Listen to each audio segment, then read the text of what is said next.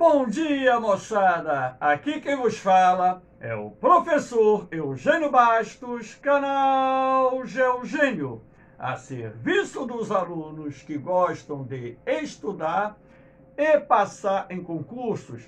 Moçada, vamos fortalecer o canal, se inscrevam no canal, dê aquele like, compartilhe o vídeo e ajude o professor Eugênio Bastos a democratizar o ensino da geografia.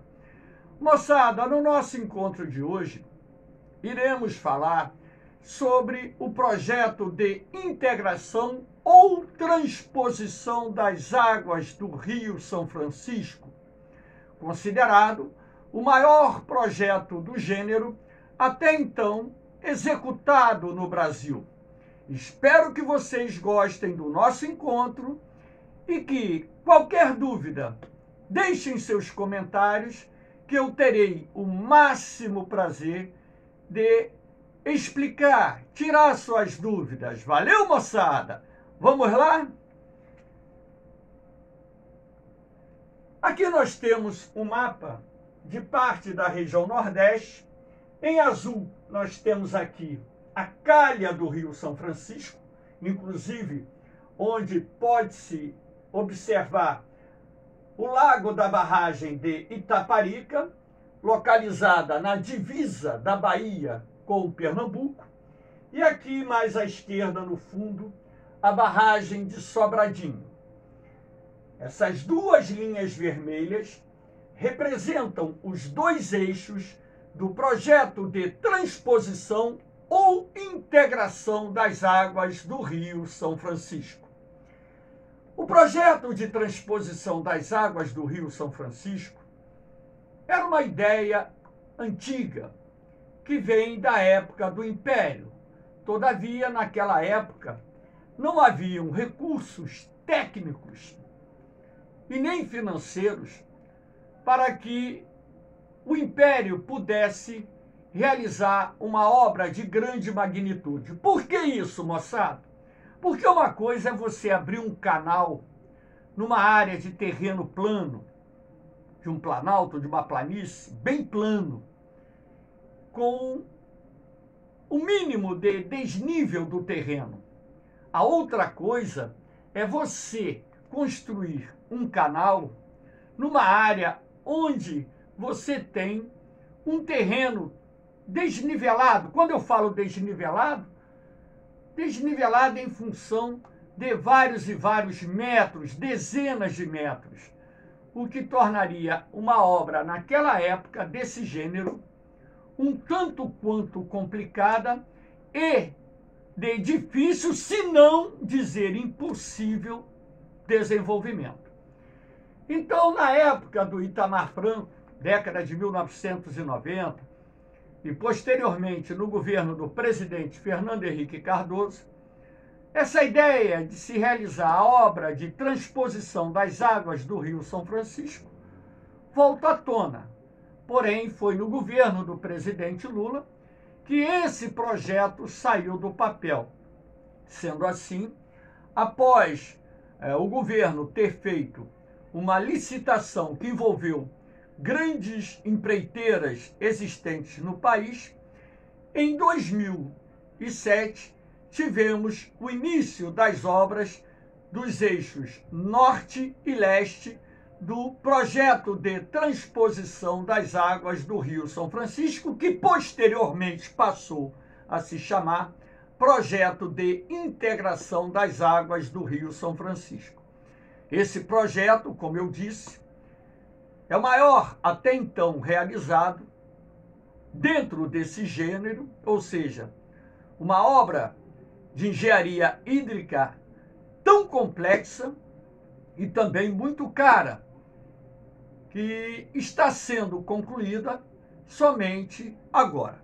Vamos estudar os dois eixos desse grande projeto de transposição das águas do Rio São Francisco. Então, esse mapa aqui mostra a vocês, não só a construção dos dois canais principais, como também canais secundários, adutoras que levarão essa água para centenas de municípios. Em algumas fontes se fala em 300 municípios, outras fontes se fala em 500 municípios, mas o certo é que a obra de integração ou transposição das águas do Rio São Francisco irá atender aproximadamente 13 milhões de pessoas, sobretudo aquelas que vivem em áreas duramente castigadas pelas secas que ocorrem sazonalmente no sertão nordestino. Então vamos ver aqui o eixo leste. Nesse outro mapinha, cuja a finalidade é analisar aqui o eixo leste, você tem as águas do Rio São Francisco sendo captadas no reservatório da usina hidrelétrica de Itaparica, localizada no lado pernambucano, no município de Floresta, através de um canal artificial de aproximadamente 220 quilômetros. Essas águas estão sendo levadas até o Rio Paraíba, o mais importante rio daquele estado. As águas são lançadas no Rio Paraíba, seguindo em direção a um dos mais importantes açudes encontrados na Paraíba, que é o açude Epitácio Pessoa, localizado aqui exatamente onde eu estou mostrando com a ponta do meu dedo, o açude Epitácio Pessoa, também conhecido como Boqueirão. Um açude que tem capacidade de armazenamento de cerca de 800 milhões de metros cúbicos de água. E daí, através de uma rede de adutoras e também através de alguns canais artificiais, essa água atualmente está sendo distribuída para cerca de 50 municípios localizados no Cariri paraibano, no Agreste paraibano, lembrando que essas águas também atenderão cidades localizadas na zona da Mata Nordestina. Então, o eixo leste ele foi inaugurado no ano de 2017 pelo então presidente Michel Temer, que assumiu o cargo após o impeachment da presidente Dilma Rousseff. Então, o eixo leste ele possui 6 estações de bombeamento, 5 aquedutos e 12 reservatórios, além de um túnel, numa obra de extrema complexidade e que se arrastou por cerca de 10 anos até ser finalizada. As obras do eixo leste foram inauguradas no dia 10 de março de 2017, como eu disse, pelo então presidente Michel Temer. Então, hoje, o eixo leste já abastece dezenas de municípios localizados no Cariri, no Agreste paraibano, e também essas águas já correm, inclusive, para cidades da zona da Mata Nordestina. O eixo leste terá uma capacidade de captação de 28 metros cúbicos de água por segundo. Lembrando que cada metro cúbico tem 1.000 litros. Então, a cada segundo serão captados 28.000 litros de água. Água que é fundamental para abastecer um grande número de pessoas que vivem na Paraíba. Aqui nós temos imagens do eixo leste, para que vocês tenham ideia que é um canal que foi aberto para levar as águas do Rio São Francisco até o Rio Paraíba. Do lado esquerdo, nós temos uma estação de bombeamento da água. Por que isso? Como eu disse a vocês, o terreno apresenta desníveis altimétricos. razão pela qual essas estações de bombeamento, em alguns casos, chegam a elevar a água a cerca de 70 metros de altura. E a partir daí, essas águas são lançadas. Aqui você pode perceber que uma das bombas está funcionando.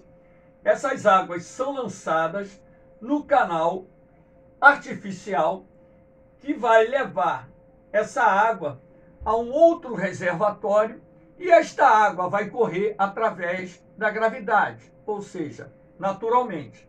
Então, essas estações de bombeamento são importantes para que essa água possa superar os obstáculos existentes em razão dos desníveis do terreno, chegando ao interior da Paraíba, onde essas águas são lançadas no Rio Paraíba.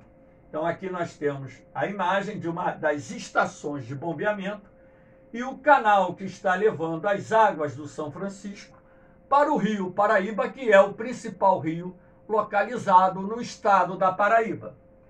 Aqui nós temos, por exemplo, a irrigação no Cariri paraibano.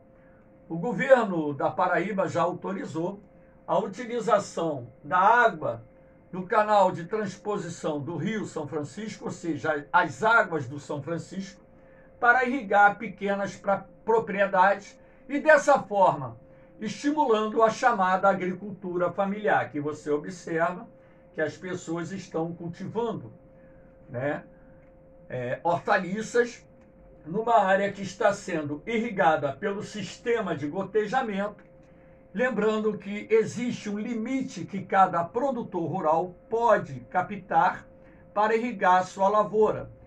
E isso tudo é controlado pelos órgãos competentes. Ora, na medida em que hoje existe a possibilidade de irrigar as terras que se encontram próximas ao Rio Paraíba e até mesmo o canal de transposição do Rio São Francisco, tal fato fixa o homem na terra, gera renda, gera trabalho e contribui para o aumento da oferta de alimentos, que vai abastecer cidades não só localizadas na zona da Mata Nordestina, no Agreste e no Sertão Paraibano, assim como de outros estados da região.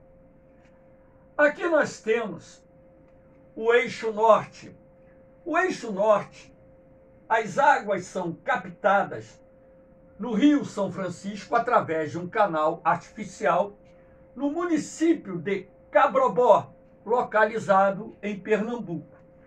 O Eixo Norte ele é maior do que o Eixo Leste. A extensão dele é de 260 quilômetros. E as obras do Eixo Norte ainda não foram totalmente finalizadas. Eu acredito que atualmente nós já tenhamos algo em torno de 99% das obras finalizadas. Essas águas do Eixo Norte são levadas para o interior de Pernambuco, são levadas para o sul do Ceará, daí são lançadas no Rio Salgado, que é afluente do Rio Jaguaribe, que por sua vez abastece o açude Castanhão, que é o maior açude da América Latina. Esse laguinho azul aqui nada mais é do que o reservatório do açude do Castanhão. E daí essas águas podem ser levadas e são para abastecer inúmeras cidades cearenses, inclusive a capital, Fortaleza. Essas águas são lançadas também no Rio do Peixe, lá na Paraíba, e também no Rio Apodi, e daí seguindo pelo Rio Grande do Norte até o Oceano Atlântico. O Eixo Norte, ele atende um número maior de municípios, atende, portanto, um número maior de pessoas. Estima-se que mais de 10 milhões de pessoas venham ser atendidas pelas águas do Eixo Norte. Inclusive, em função do Eixo Norte atender um número maior de pessoas, possui um número também maior de bombas para levar essa água a tantos municípios. No Eixo Norte, a capacidade de captação máxima, quando todo o projeto estiver finalizado, será de 99 metros cúbicos de água por segundo, ou seja, 99 mil litros de água a cada segundo.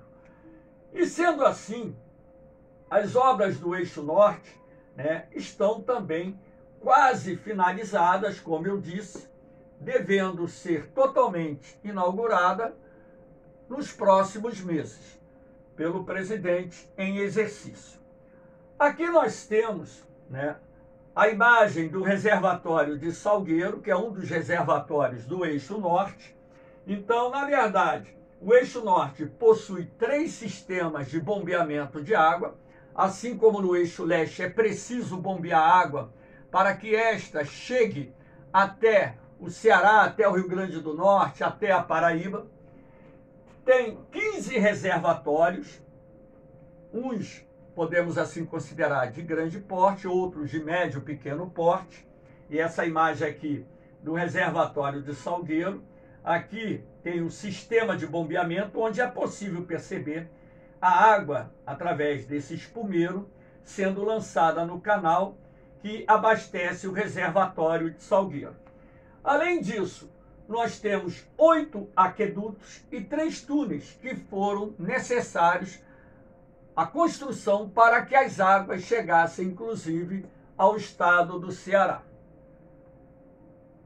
Aqui nós temos a imagem de um aqueduto, que é uma estrutura de alvenaria que possibilita a água passar por áreas de relevo acidentado, inclusive cortando algumas estradas.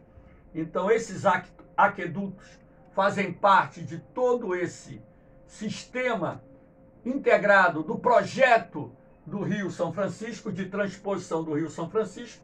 Aqui nós temos um túnel entre o Ceará e Pernambuco, que foi preciso ser aberto, que é um túnel até muito grande, para que as águas pudessem chegar ao Ceará.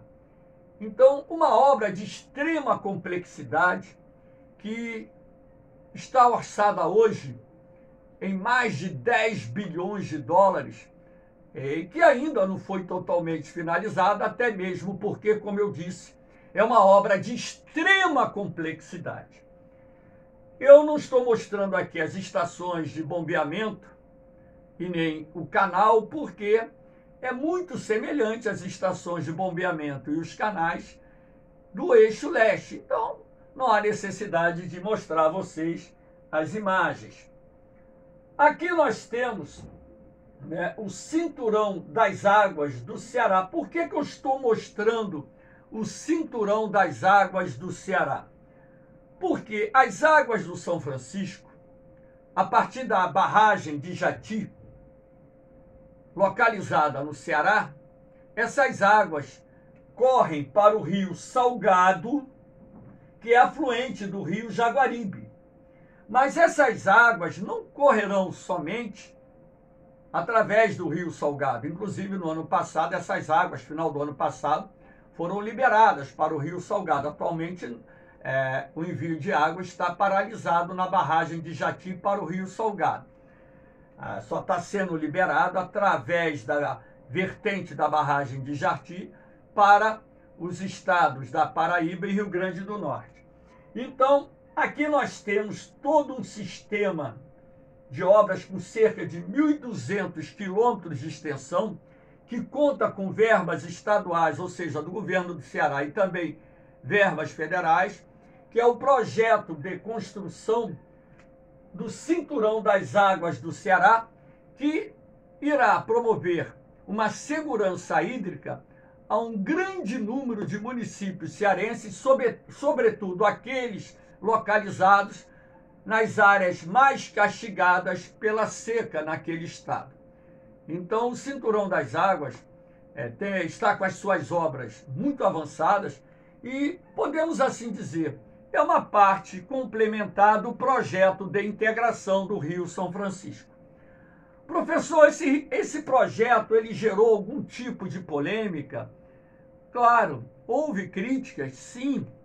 Tivemos várias críticas feitas ao projeto de integração do Rio São Francisco, como, por exemplo, os impactos ambientais que esse projeto iria trazer, não só em função da destruição de parte da caatinga, nas áreas por onde os canais estão passando, do eixo leste e do eixo norte, assim como para a formação de quase 2 dezenas de reservatórios para armazenagem da água do Rio São Francisco. E também uma outra crítica seria que poderia ocorrer a invasão de espécies de peixes típicos do Rio São Francisco nos rios que serão perenizados pelas águas do São Francisco. E isso também poderia gerar algum tipo de impacto ambiental. Também setores da sociedade criticaram o projeto, alegando que esse projeto só iria beneficiar os grandes latifundiários, que os pequenos produtores rurais não poderiam ou não seriam beneficiados pelas águas do São Francisco. Crítica esta que não é verdadeira, até mesmo porque eu mostrei para vocês uma imagem de uma agricultura familiar localizada na Paraíba que está utilizando as águas do São Francisco para irrigação da terra. Então, várias propriedades rurais do estado da Paraíba localizadas na área servida pelas águas da transposição do São Francisco já têm a permissão de utilizar um X de metros cúbicos de água por dia para irrigar suas plantações. Então, essa crítica de que esse projeto iria beneficiar única e exclusivamente os latifundiários do sertão nordestino não tem cabimento. Uma outra crítica é que os 2 eixos, com suas respectivas captações de água, iria reduzir a vazão do São Francisco no seu baixo curso, prejudicando assim populações locais. Agora, o que se pode dizer a esse respeito, através do Ministério da Integração Nacional, é que, no máximo, 2% das águas do Rio São Francisco estarão sendo utilizadas nos eixos norte e leste para abastecer aproximadamente 500 municípios localizados principalmente em áreas duramente castigadas pelas secas sazonais que ocorrem na região. Então, você retirar 2% das águas do Rio São Francisco, na verdade, não iria gerar um impacto socioambiental, como prevê setores da sociedade organizada que vivem no baixo curso do Rio São Francisco.